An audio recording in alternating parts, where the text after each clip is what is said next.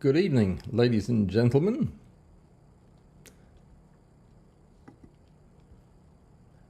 As far as I can tell, I am not live yet. Can anybody see me?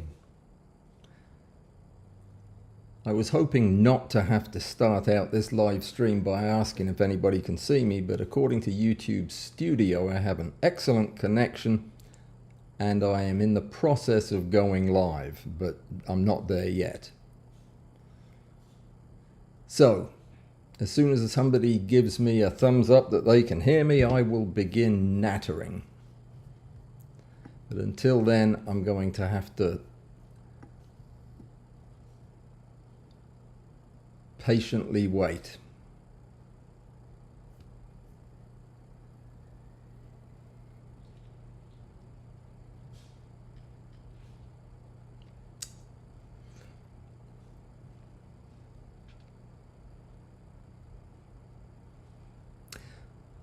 Well, if you are hearing me, this is frustrating.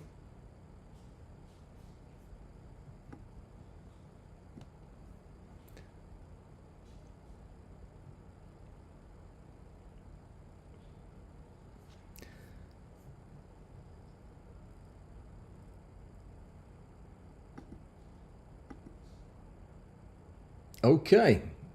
Can anybody hear me? Yes, you can. I hear calls for nattering. There has been absolutely nothing happening here, just a spinning weight logo thing on YouTube. So very frustrating. I still don't see any evidence that I'm actually live. So yeah, you can hear me, you can see me, 5x5 according to Jan. And yeah, everybody wants me to natter. So let's natter. First, let me say hi to everybody who's already here. You guys are great. We have a couple of our moderators here tonight too, as it happens. Amy 5 was the first one in this evening. Welcome, Amy. Thanks for doing what you do. And Jim Heaton is here. Bud Perrott, another one of our moderators, is lit up in blue. Hey, Bud, glad you made it. And thank you for coming out on Saturday and helping us with the Photoshop thing. That was great. And hi to Larry, Jeff, Patrick, Susan, Gary Russell. Let me see. Seabell, Robert. Glad you're here, Robert. Everything going okay? I hope so. And Andrew, Jan, Hill, Gustavo. Good to speak to you again, Gustavo. It's been what? Almost a day since we talked. Gustavo and I had a private lesson yesterday that went overboard, and it was almost today by the time we finished. So got a lot covered. Mike and Jim, I've already said hi to. I'll say it one more time. Bruce, good day in a nice warm autumn day in Australia. Well, it's a nice warm spring day in Alabama. Phil, you have a question, and I think I'm going to answer it before I get into tonight's subject. You measured magnification with a steel rule, and it is about 10 to 15% less than the calculator. Oh, the extension focal length calculator. The Nikkor 50 millimeter enlarger reversed crop sensor. Why different? Well, the easy answer is, or the difficult answer is that the calculators are nothing more than approximations of reality. Most of the calculators that we use are built on formulas that are based on what's called a thin lens. A thin lens is a fictional lens that doesn't actually exist, but it's used in optics to describe the way light passes through a lens. And it's completely a simplification. It's an oversimplification, simplification, but it's good enough to get us close on some calculations. But it doesn't hold true for all of them, and there are some calculations that are just horribly inaccurate when you're making these estimates, because you're kind of guessing at the behavior of a complex lens based on the behavior of a fictional non-complex lens. That's why I always say to anybody who wants to know how much magnification they're getting from a microscope objective or a lens, the system that they're using is measure it, because that's your actual magnification. Now, it is possible that your calculation was accurate and you've done something with the positioning of your lens that has somehow changed the formula. I mean, changed the result that you get from the formula that you're using, but that's unlikely. I mean, you have the magnification that you have, and that it is empirical proof. You've measured it. So as long as you've measured it accurately, that's what you've got. And that's what I recommend you do. Ignore the calculators when it comes to magnification. Use them to get an idea, roughly how much magnification am I going to get using this lens in reverse. That'll tell you approximately the ballpark you get in. But if you want to know exactly what it is, measure it, which you did. So you're all good. All right, let me see. Audio is clear. Thank you, Chris. And Arthur Hill, great. Good to see everybody. And what I wanted to talk to you about tonight, by the way, when I get talking, I'm going to stop looking at the chat. Not to be rude, but I'm going to let Amy and Bud take over that. And what they'll do is they'll make sure I get any questions that you have. But I'm going to take basically just questions on the subject tonight, because we have a lot to cover and the subject is fairly nebulous, and I think that there are going to be some interesting comments from you guys and I'd like to hear them. So I'm not going to wander back into photography land. I mean, we're talking photography, but not in the usual way. What I want to talk to you about is artificial intelligence and photography.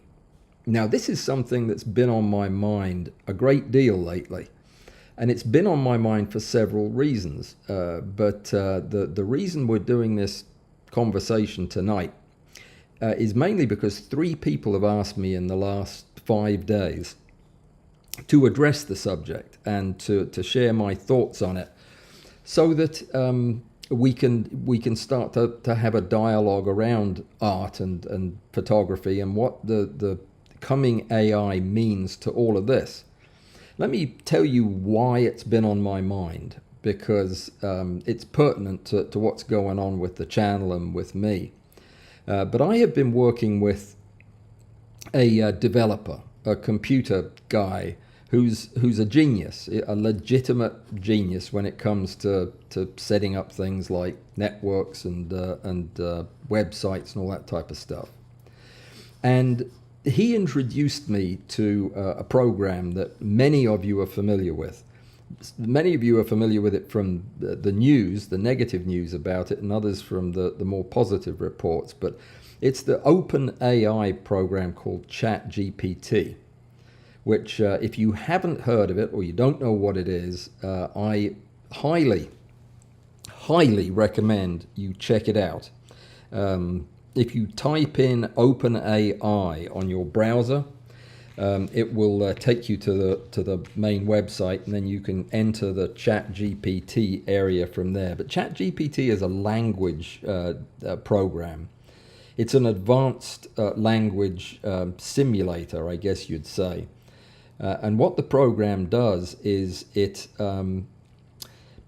generates sentences based on its training, and it does so from having read hundreds of thousands of texts and books and articles online.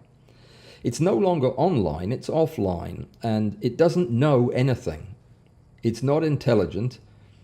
All it does is make up words that go together, and that go together in response to the words that you give it. It's pretty shocking when you think about how blunt an object that is, and then when you see the outputs that you get, how destabilizing it is, how it rather causes one to rock back on their feet. The reason I found out about it is because the developer I'm working with actually uses this tool as a way to synthesize ideas. It's a way to take a set of thoughts, and you ask questions. They're called prompts, but you ask this program to tell you whatever. It doesn't matter, whatever it is. It can be about, if you want to be entertained, ask it math questions, because it doesn't do math. If you want to talk to it about medicine or psychiatry or geology, just go ahead, ask. It'll have an answer for you, and the answer will make sense from a linguistic standpoint. It often doesn't make quite as much sense from a factual standpoint, and you can certainly trick it up. But when it comes to being completely absorbing as if you are talking to a human being, it's really disarming and unsettling. So I recommend that's your homework. Whatever else we talk about tonight regarding AI and photography, I want you to go talk to ChatGPT and ask it what it thinks about AI. It'll tell you. It has opinions about AI.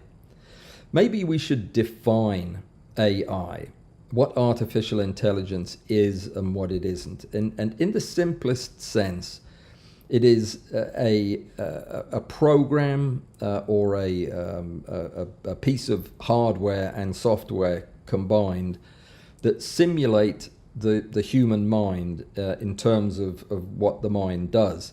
But we've got to specify what kind of intelligence we're talking about. When you and I talk about intelligence, we're really talking about a thing called general intelligence. And general intelligence is the holy grail of the AI world. It's probably, I say probably, it may never be realized, and I guess we kind of hope it won't be. But what we have with robots and with the AI computers that we deal with now is a much more specific kind of intelligence. It's where it may excel in some small corner of our experience. It may be able to do sums better than you. In fact, I guarantee it can do sums better than you can. And it can do better than all of us can together.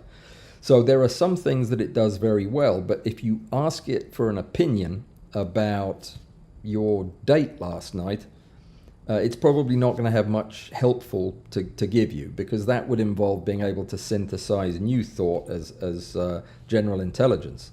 Well, that's where AI kind of messes everything up a little bit, because it's not a general intelligence machine, but it sure fakes it well. And as in preparation for this discussion tonight, I wanted to ask the AI, and this thing was trained, by the way, on our language, so it understands the terms we use, and it responds in the same kind of idiom. So we are comparing the same bits of language. But I wanted to share with you what I asked it and what it told me in regards this subject of AI and the future of photography. And I'm going to read a few of the things during the course of the next 45 minutes or so that the AI told me, and we're going to talk about them. If you have any questions about AI, what it is, what it means, or what you think about it as far as its impact on your art or art in general, then please put a question in the thingamajig, and somebody will let me know. I just saw there are lots of big messages up there. I hope none of these are questions. Somebody will tell me if they are. So let's go over to ChatGPT, and I'm not going to share the screen because there's just too much writing here. I'm just going to tell you what I asked it, and you type your answers in. You can actually dictate them as well. I have the Pro version. You pay for this, But I think it's the same engine. The only difference when you pay for it is you don't have to wait in line to get in as much as you do otherwise. But I asked it, what's going to happen to photography in the age of AI? And it came back. It took about 3 seconds to compile an answer. And it came back and said, artificial intelligence is already having a significant impact on photography. And this trend is likely to continue in the future. Here are a few of the ways in which AI is transforming photography as we know it. And then it gives me 4 things that it thinks are significant in photography today that AI is impacting. The first is image recognition. AI algorithms can quickly and accurately identify objects, people, and even emotions in photographs, making it easier to organize and search through large collections of images. Yeah, it does that. It absolutely does that. And it does it very well. I photographed an insect that was something I'd never seen before. It was not common around here, and don't think it's common anywhere in this country. And I put it into the Google AI image recognition software, and it instantly gave me 100 images of the same thing back, each one with a name under it, showing me every conceivable view of this thing. And yeah, there are some very, very powerful computers out there that are able to recognize from some pretty scant clues what it's looking at. So I tend to agree with that first one. Image enhancement. AI can be used to improve the quality of images by removing noise, adjusting exposure, and enhancing colors and contrast. Well, that's correct. It does do that. We have to train these machines to do this. We have to train them to understand what a human being likes to look at. Because if we can't tell them that, then they'll make presumably what robots like to look at, which is nothing because they don't have eyes. So the fact that we are already using this, whether it's in Topaz or any of the other smart filters that we use in Photoshop, we're definitely already in that space. And is it helping your photography or is it hurting your photography? What would your relationship to photography be like today if photography consisted of taking pictures on film and developing them in your darkroom, and maybe if you are lucky, showing them off to people in a gallery or something like that? Would that change your view of photography? Because what already has happened in this transition to digital is it's already changed photography from what it used to be. So there are changes coming now, and many of them are already honest. Did you use Topaz today, the Sharpen AI? Or have you used Gigapixel in the last week? I haven't used either, as it happens, but not because I didn't want to, just because I didn't take any pictures this week. Actually, I did. I took some stereo images, and they wouldn't have been any better sharpened. So yeah, there's already a wave of new apps coming our way that make editing easier and quicker. They make our images look better, and that causes me to wonder what's going to happen when everybody's images are as good as they can be. What happens to photography then? And we'll get to that in a minute. So as I just alluded to, AI makes editing images easier. It makes it quicker, and the ability to retouch, using these AI tools to where you don't have to think about it quite so much because it does a lot of the protecting of underlying layers and that type of thing. It can do selections for you in Photoshop. Is that improving the experience of photography for you? What if you had to cut that image out yourself? How would you feel about that? And virtual photography is the other way that it's already on us. And this is where it gets really muddy. AI can be used to generate realistic 3D models of objects and environments, allowing photographers to create virtual scenes that are indistinguishable from real world. Well, wrap your head around that for a second. If you can create a realistic image of a subject and an environment without going out and finding the subject or the environment, if you can find it sitting at your computer, where does that leave photography? And if all the photographers are taking the best picture that's ever been taken of that subject, what is the point? Well, I guess it depends on why you take photographs. I was shocked today to talk to somebody who I had assumed, because their pictures are beautiful, that one of their primary motives for taking pictures was to create beautiful images. But that person was the second person to tell me, no, they don't really care about that.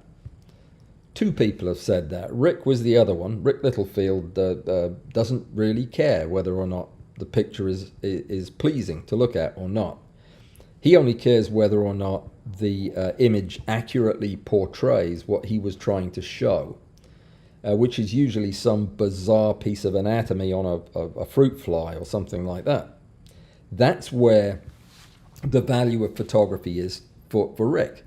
But I would ask him and my other friend the same question: is, okay, you can take these fantastic pictures using AI, you can edit them to perfection. Does that represent a good thing for you, or is the challenge part of it, or is the learning part of it? I would argue that the challenge of doing it and learning how to do it, and learning how to do it well, maybe even learning how to do it better than anybody else, is valuable. It's a human experience that just being able to press a button and get a perfect photograph probably isn't going to satisfy. It certainly isn't going to satisfy me, because I am looking for beauty in my photographs, and I see beauty very, very differently than many people, than most people, than every person that I know. It is in the eye of the beholder. I take pictures that are pleasing to me. A computer can't do that. It can take pictures and they will be pleasing to some people, but they don't have my sensibilities or my interests or my passions or my eyes. So that's what AI is doing today. And ChatGPT goes on to say, overall, AI is likely to make photography more accessible and user-friendly, allowing more people to create high-quality images with less effort. True, I guess. However, there are also concerns about the impact of AI on the artistry and creativity of photographers. I would say that's true too. And some fear that automated image editing and other AI-powered features could make it too easy to create technically perfect but soulless images. What do you think? Is that true? Or is this a net benefit to us? Or is it neither a benefit nor a cost? It's just something that's going to happen. We might as well get used to it. What do you think? What would you like to see happen? What are you afraid of? Or what are you looking forward to? I would really like to know what your thoughts are. So I'm going to pause for a second and go back to the stream and see if there are any questions. When photons are no longer required, it is no longer photography. Well, the photons will still be required. The AI, at least for the time being, is just going to take a rubbishy picture full of photons and make it into a gorgeous one. that it'll still have photons in it, I feel sure. AI creates illustrations. This is Gilles Benoit from Canada talking. Do I say Canada or should I say Quebec? Yeah, I probably should say Quebec because that's more like France than Canada, isn't it? Anyway, AI creates illustrations. It doesn't create photographs. The principle of photography is to capture an image on a medium, a film or sensor, using optics. AI does none of this. I am not making the argument that AI is a photographer or that it does photography. I am posing the question of what is the impact of AI on photography. Let me try to think of an analogy that works here. The fact that AI itself is not competing with us as photographers, it's kind of beside the point. It can have a very negative effect on us.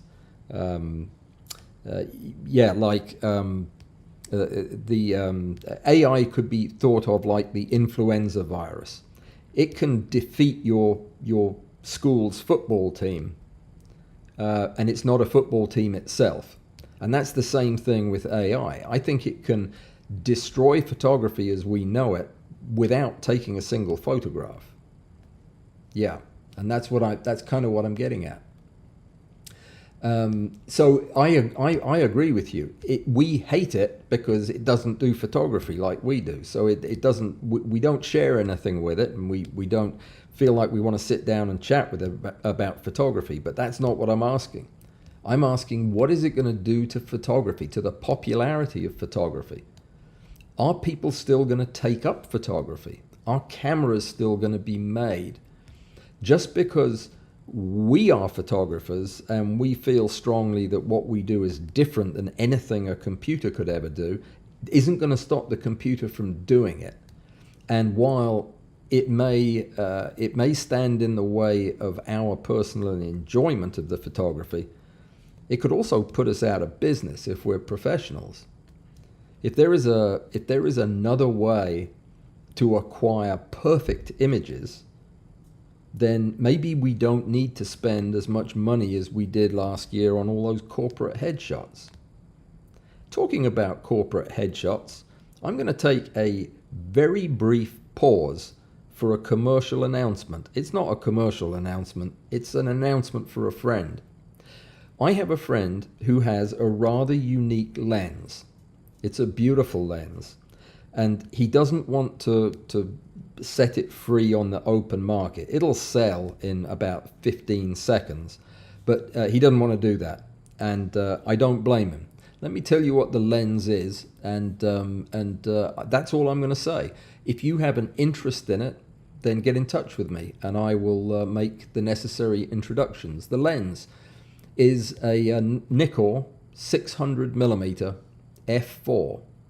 It's the AFS version. It's a D lens, and it has with it a drop-in polarizing filter. It drops in the back by the bit you look in, where your camera goes. It comes with a Wimberley foot on it, so that your lens will go right onto your gimbal. And it has included a Nikon 1.4 teleconverter and a case that is nicer than most people's coffins, I think, and about the same size. Now, this is a rather expensive lens, but my friend is selling it for $3,500, and that includes delivery to presumably anywhere in the world. I'll have to check on that, but I think so. So that's all I had for you on that commercial break. But I'm mentioning this as a favor to a friend who wants to make sure this thing goes to the best possible home. So if any of you are birders and you like to take pictures of really tiny birds many miles away, this might be the lens for you. Or you could reverse it, I guess, and see what it does. What would happen if you reversed a 600mm lens? See if you can guess and tell me in the comments. It would surprise you maybe. All right, let me see. There must be some questions. Bruce just doubts whether or not AI would give personal satisfaction. Well, it doesn't care about personal satisfaction because it's not a person. The AI doesn't care. It's just doing what it's been programmed to do.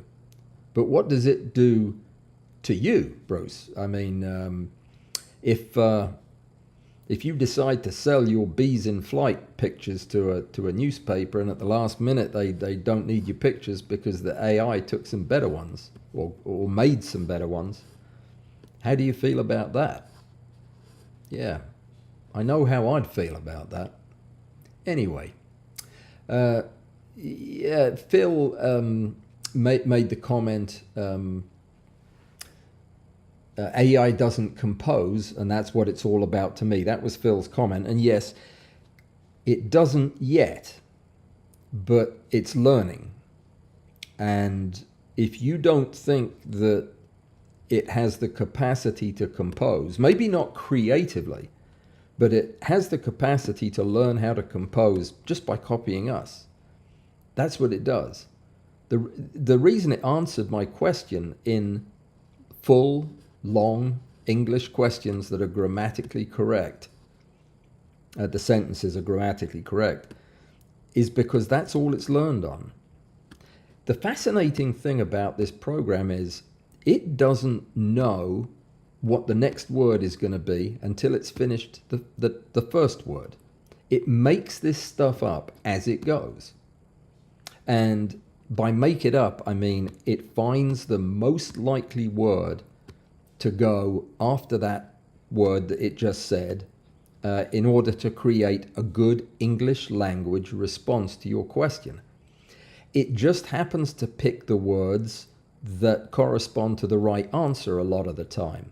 But let me tell you about an experience another friend of mine had, and it's one I've replicated. He challenged he's a mathematician, so he understands math and physics and optics.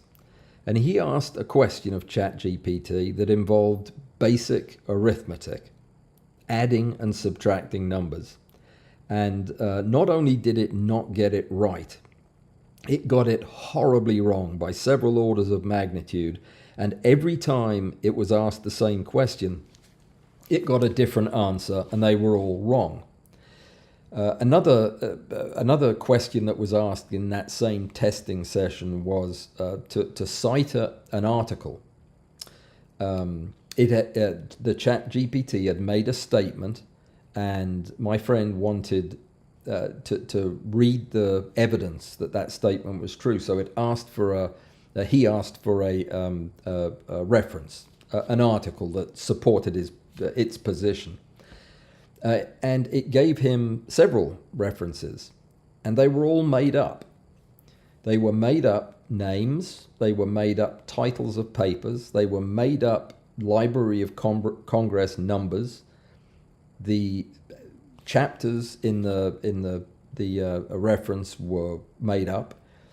Everything was made up. The thing was lying through its teeth, but it wasn't, because it doesn't lie. As far as it was concerned, that was a great answer because it was in good English. So the point is this: the artificial intelligences we're dealing with are actually less smart than we think they are, and that's their strength. We need to maybe reconsider what we mean when we talk about intelligence. Because this thing is proving to me that just putting together a string of words is a powerful tool.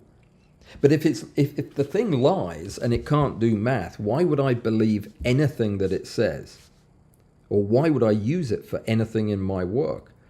Well, because it's like it is a tool that has a usefulness. You just have to be very careful about how you're going to use the tool. Let me explain what I mean by that. When I ask it for an opinion about AI and photography, it gave me a lot of answers that may or may not be right, but caused me to think and caused me to go do some research and read some articles by people that are humans. And I learned a lot about the subject by asking questions of this ChatGPT. So it has value. It is very stimulating to talk to, because it's not afraid of controversy, and it doesn't appear to be bothered by facts, but it does give you some interesting things to think about. What I'm coming at with this discussion on photography is, when you have something this powerful, even though it's just a language modeling program, what happens when we teach it to be a photography modeling program? What happens when we train it on what humans most like to see in photographs, and then have it create those images? And the thing about these AI programs is they learn iteratively. They learn by themselves, by observing reactions and by copying what humans do. And, you know, it wouldn't completely surprise me if at some point maybe they get better than us at some things. Let's talk about the risks of AI as it pertains to art, particularly photography. And I want to read you another thing that this program told me. I asked it what other dangers, other than the 2 or 3 it mentioned about stifling creativity and that type of thing. I asked, what other dangers does it pose to the art world in general? And it came up with several that I had not thought of. But the ones that I think are most illuminating are these. Devaluation of creativity. One concern is that AI could lead to a devaluation of human creativity. If machines can produce art that is indistinguishable from that made by humans, what's the value of human creativity? Exactly. What is the value? We didn't used to have machines that made wheels to go on cars. We didn't need them because we didn't have cars. But there was a time when vehicles had wheels that were made by humans.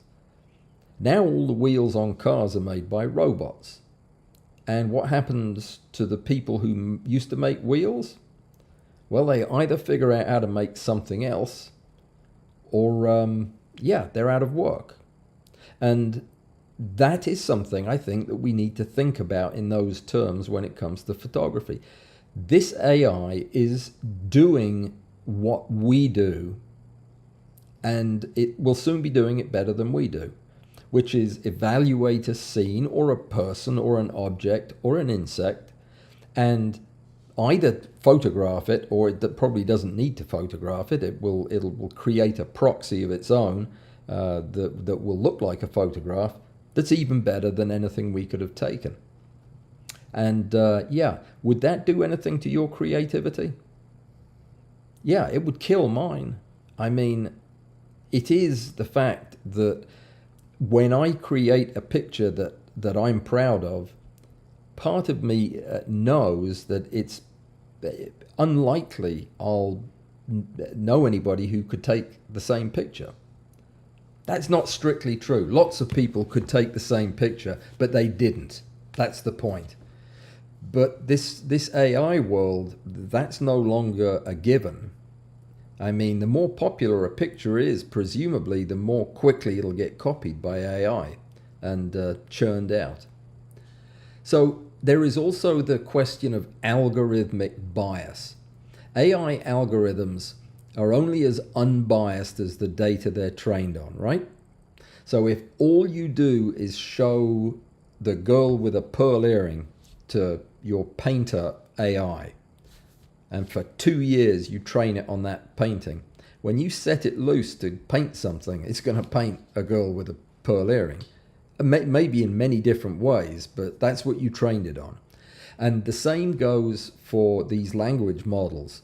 They are going to operate based on the biases that are built into them by the people who built them.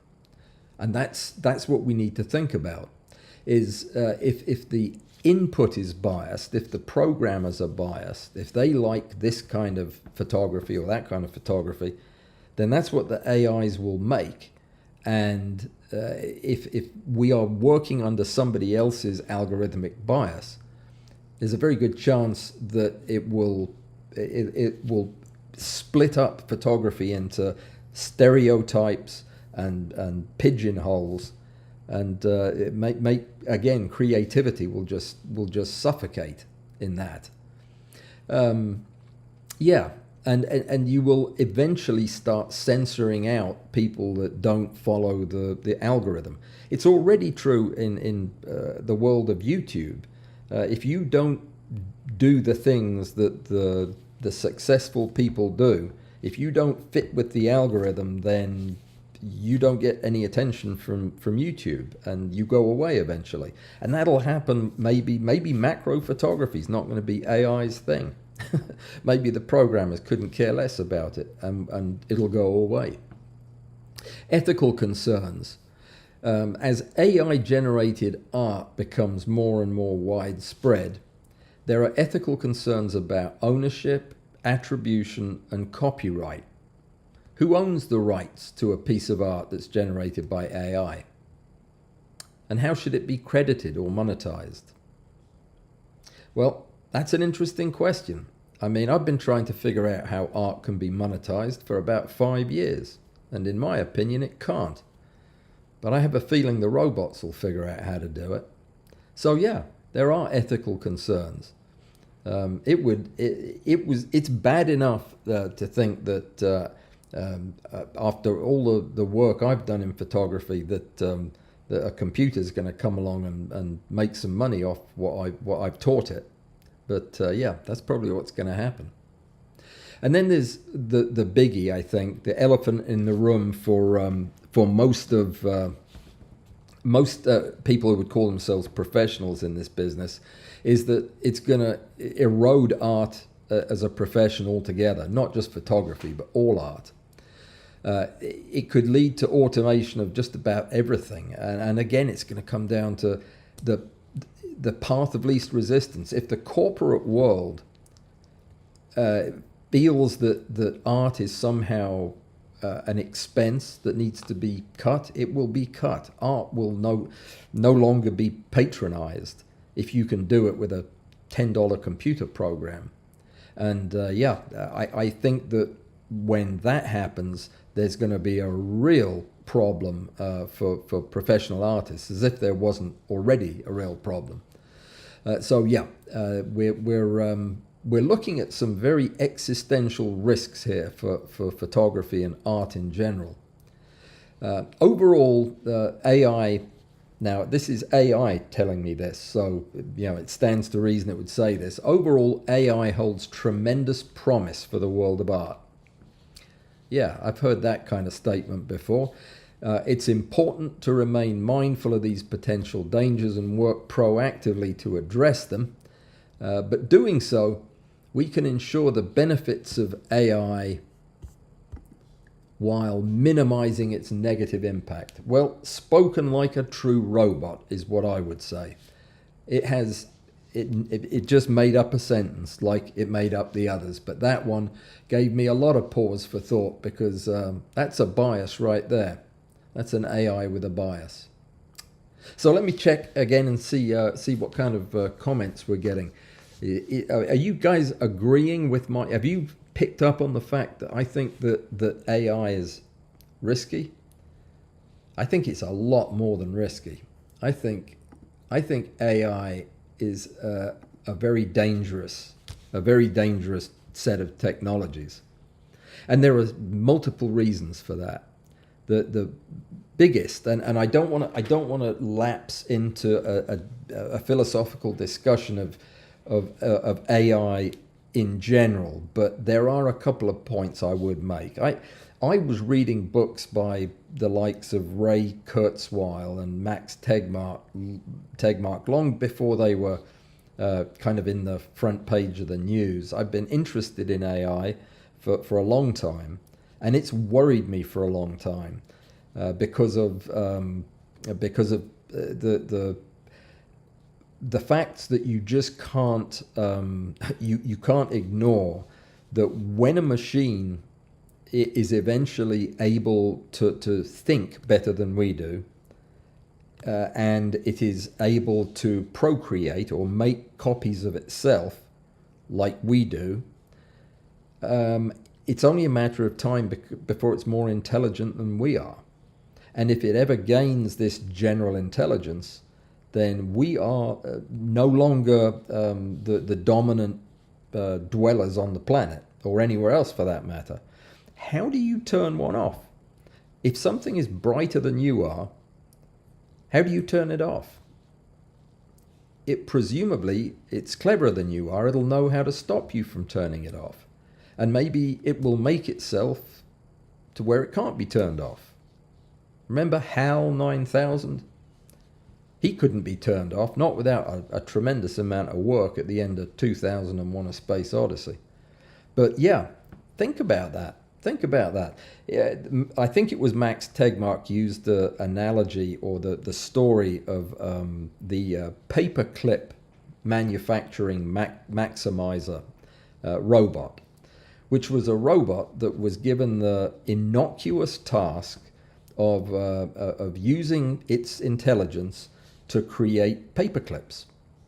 And it was to use its intelligence to find the cheapest, best way to make the best paper clips that it possibly could, and then to maximize the production process.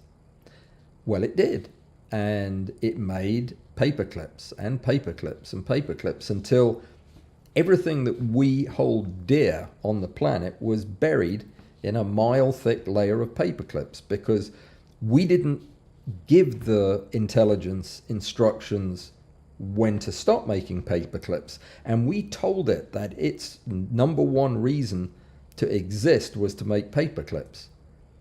And when you create a set of conflicting motivations in two powerful groups of entities, yeah, one of them's going to win. And I don't like the odds that we would be the ones that would win. You know, when you make something that's smarter than we are, it can control us, is what tends to happen. So, worth thinking about. All right, so let me see what we have here by way of questions. AI photography has the potential of having a frightening impact on political activities. Yeah, well, already this is an issue with deep fakes, and it looks like I'm talking very fast in the... that's not me that you're looking at. I don't think that's talking fast. I must have just pressed the button wrong. But anyway, yes, the risk of having these deep fakes of people making statements and causing all kinds of havoc is already out there. So yeah, I'm not sure how that meshes with photography, other than the fact that these devices are able to create very believable sound patterns as well as photographs and other types of image. So yeah, I agree with you. I'm worried about that as well.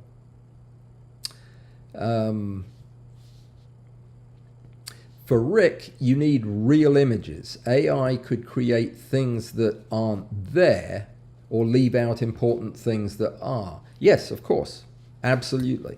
And that is one of the things that I worry about, is that if we come to believe that AI has got it all figured out when it comes to photography, we need to remember the fact that it lies, and at least the iterations that are out so far aren't going to know the difference. All you've got to do to understand the risks of AI is look at how the Helicon program works in creating stereo images.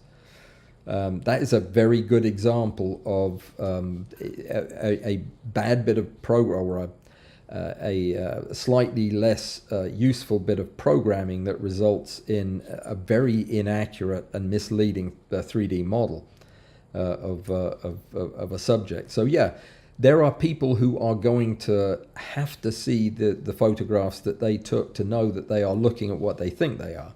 And I completely get that. I agree with you. But there aren't that many Ricks on this planet. And I'm more concerned about the non-Ricks who are going to be making decisions based on AI, possibly. All right, so there you go. I think Robert agrees with me. Maybe does, maybe doesn't. Or maybe he was agreeing with Joseph. Who knows? I'm going to pretend he was agreeing with me. What about digital paintings? I mean, there's color, but no paint involved, right? Yeah, we have to be careful about comparing the art forms and saying, well, you know, it's a digital painting. It doesn't have any paint on it. Paint was never involved. It doesn't really matter whether paint was involved if the end result is you can't sell your painting because AI has made one that's a fake painting that doesn't have paint on it. It's just a photograph that isn't even a photograph. It's just a computer rendition of something that sold more than yours did. That's kind of the point. Or it has usurped your taste in photography. It's taken over your role. Yes. And Amy points out that we all make mistakes, and AI will make mistakes too. Just ask Alexa. No, I won't ask Alexa because I'm never putting one of those things in my house. I think my fridge already talks to me. It might be, it might just be my ears acting up. But no, I do not want one of those boxes that listens to me. Welcome to the Machine. That's the truth. Great song though, great album, one of the best. Larry, if you really want to be scared, listen to neural network programmers, researchers admitting they don't understand how their nets are functioning. Yeah, amen. That is exactly where I would go if I was talking about a more general concern about AI, is the fact that the people who are building it have no idea what's going on with these networks they're creating. Yeah. Alistair thinks it would be a good idea to put AI into genetics and see what happens, and then gives me 4 very accurate pictures of the monsters that would be produced: a blue one, a pink one, another pink one, and an orange one. So I agree, Alistair, definitely. Agree. Does anybody want to buy that lens, by the way? Now would be a good time to tell me, to get your name on it. Yeah. Patrick lives in Veldhoven. I didn't know that. Where the heck is Veldhoven? Or what is it? It's an AI? Who knows? All right. Pat D. There was a documentary about AI made in the 90s. It was called The Terminator. That does raise actually a good point, Pat, because I mean the AI engines that we're talking about now, the things that are making these DALL-E paintings, or any of the AI programs that are out there and popular now, have been making images for donkey's years. This is not new. It's just getting, I think, new press because of the likes of ChatGPT, which has really caused some stir. I was talking to my brother, who is, if you can believe this, more cynical than I am. He just as a natural way of being, disagrees with anything he hears. And I told him about this AI. I said, you would be amazed how, as a language program, it can just really get into your head. I challenged him to ask it a question. He's getting ready to go to Japan. He's never been to Japan. He's not going to like Japan, but that's where he's going. And he asked ChatGPT right there in his browser while we were on the phone together to give him a 9-day itinerary for a tour of Japan, and told it he'd never been there before, and told him the date he was arriving.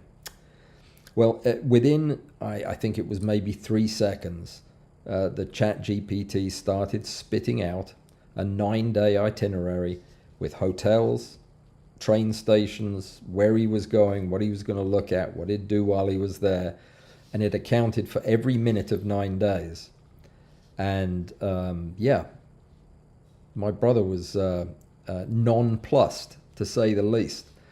It's happened to me many times in the last couple of months that I have read something that I know to be simply a set of words that the computer has learned that think would sound good in response to what I said. I know that's what it is, but I cannot shake the feeling that there is something in there that is much closer to what we think of as sentient and thoughtful than I am comfortable with. I'm trying to think of I use small microprocessors to build little robotic things that I make, to most of them photography gadgets, and I'll build something like a motor that is going to be operated by a computer, and the biggest problem I have is writing the code for it, because it's tricky. If you didn't grow up writing code, learning it has been very difficult, and I make countless mistakes. So I made this device today at lunch, and it's just a little computer chip with a controller button on there that's going to control a set of motors, stepper motors. And I have been working on this project for on and off for months to get the software figured out and written right.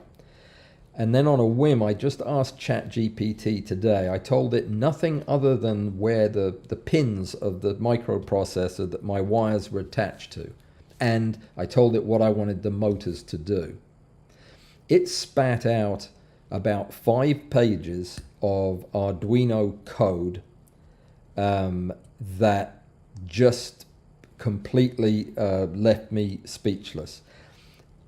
Not only did it put out the code, it also put out comments in the code. So it was explaining to me why it was doing what it was doing. And because I didn't believe that it could do that, I took the code, copied it, I put it into the IDE, the development software that you write the code in, and I entered it as if I'd written it. And then I ran the program to see if it would reject it as being wrong for any one of a million reasons. And mine are always wrong the first 10 times I upload them. Then I usually get to the bottom of it and fix it. There wasn't a single error in syntax or in the way the code was written. And not only that, but when I uploaded it to the board, it worked. It did exactly what I told it I wanted the motors to do. And it wrote some sophisticated interrupts. And yeah, I was blown away once again.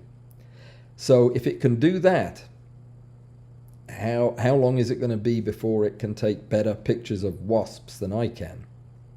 Probably already can. Wasps are not my strong suit. Let's see what other comments we have here.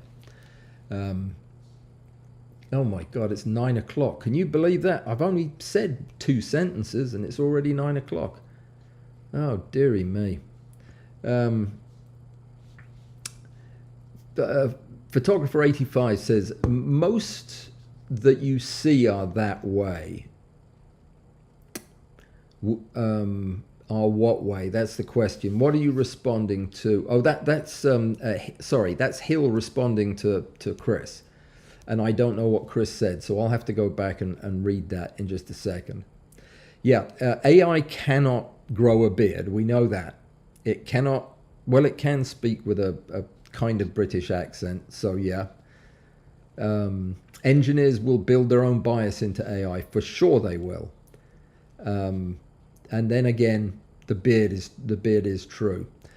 Peter Nagy says wet plate collodion, only one copy. Yep, and you're absolutely right.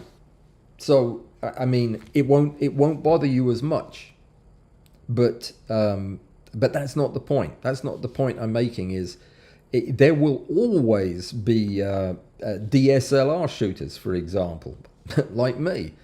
I'll never switch to mirrorless unless they force me to.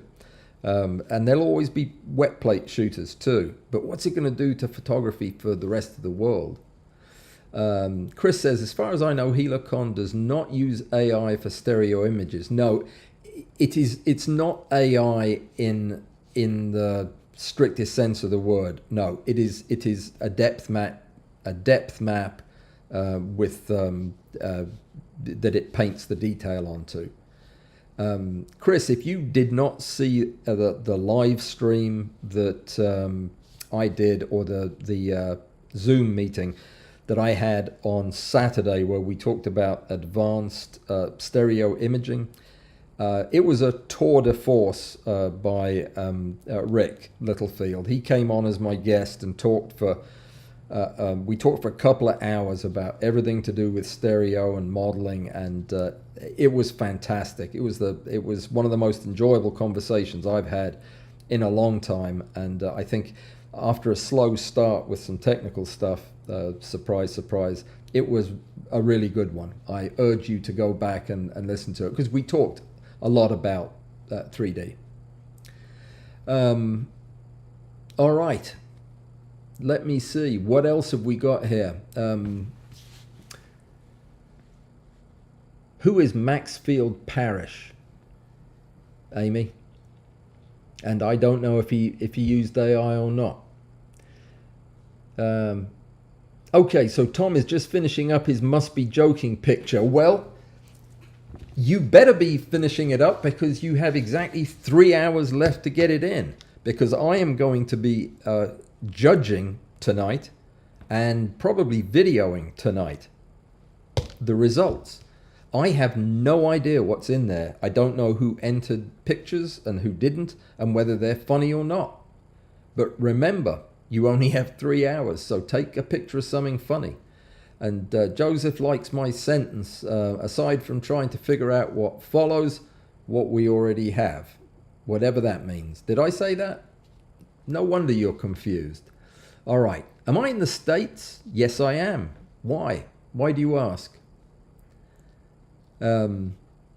Just because it can take a better photograph than I can doesn't mean I don't still want to take it.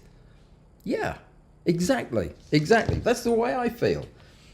But what will our audience think? They'll presumably like the handmade sweater better than the one made by the computer loom in China. But are they going to pay for it? Or I don't know. Are they going to click on your website? I don't know any of these things. Don't know any of the answers. AI could figure out my password. Well, it has to, because I'm always asking it what it is, because I forget it. Joseph says that AI is just a perfect copyist and a perfect thief. Yeah, I agree. It's not even that. It's dumb. Artificial intelligence is dumb. All right. Well, I think we all agree that we love our art, and what we do is incredibly personally important to us. And I am not saying that AI can ever change that for us. But think about it. Think about ways in which maybe we should be a little bit more circumspect and cautious about how we dive into this technology that we don't really understand. It starts, with a discussion of photography and art, but what else is it going to have a domain over? I don't know. It's worrying to me. The whole thing's very worrying to me. So, guys, we are done, and yeah, it was a very talky one tonight, and I'm sorry if I didn't answer your questions, but I'm gonna delve into this a little bit more later in the week, and yeah, and I'll probably write something about this too, because I do have some thoughts on it that I didn't get to tonight. But I think there are actually some things that we can do to preserve and protect our interests as photographers. If you have not got your funny picture in to me in the competition, go over to Discord and drop it off right this minute. I insist, because if you don't, you will not win. Do you want to know what the prize is? I do too. I do too. You know what? It's going to be a lens. The prize is going to be a lens. An enlarger lens. Now you're wishing you'd done that photograph of something funny, aren't you? Well, you've got a cell phone, you've got 3 hours, think of something funny and put it in over on Discord. At midnight tonight I start judging, and then it's all going to be over. All right, guys, so let me see if there's anything I have to answer. Robert said good night, so I'll say good night. Alistair says good night. Everybody says good night. So good night. And on the way out, ring the bell or give me a thumbs up if you wouldn't mind. That would be great. And you know what I didn't talk about tonight was the incredible stuff that's getting ready to happen right here on my channel. Or on, yeah, right here on my channel. I'll explain later. You guys take care. Enjoyed it. We will be silly next time. No more deep discussions, and we'll talk about something completely senseless and superficial next time. Guten Nacht, Todd, and good night, everybody else. See you on Thursday.